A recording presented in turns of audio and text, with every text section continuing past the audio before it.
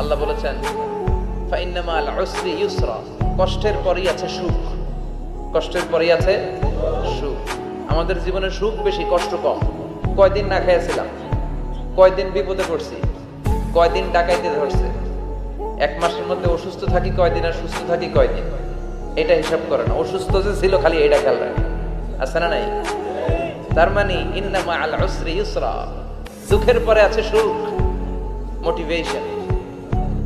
প্রাণটা আবার উদ্বেলিত হয়ে ওঠে, তাই তো আসলে তো দুঃখের পরে সুখ। এজন্য কষ্ট যখন পাবেন, অসুস্থ যখন হবেন, ওইখানেও আনন্দ করবেন, কারণ সামনে আরাম আসতেছে। সুবহানাল্লাহ পড়েন।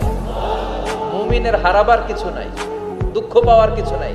মুমিন অসুস্থ হলে অসুস্থতার মাধ্যমে তার রোগের মাধ্যমে তার গুনাহ ঝরে যায়, সে আল্লাহর কাছে প্রিয় হয়ে ওঠে। তা আমাদেরকে কেউ হারাইতে পারে? কথা বলেন, আমাদের কেউ ভয় দেখাইতে পারে? মোটিভেশনাল সূরা, সূরাতুল ইনশিরাহ আর সূরাতুদ দুহা। এখানে অনেক হিউজ মোটিভেশন আছে। যারা হতাশ, যাদের জীবন ভাল লাগে না, মরে যেতে মনে চায়, গার্লফ্রেন্ড গালি দিছে, আছে না নাই? আবার বয়ফ্রেন্ড গার্লফ্রেন্ডের গালি দিছে, এ ওড়না পেঁচায়া ফ্যানের মধ্যে ঝুলে আত্মহত্যা করে। কত বড় পাগল, তুই মরলি কেন?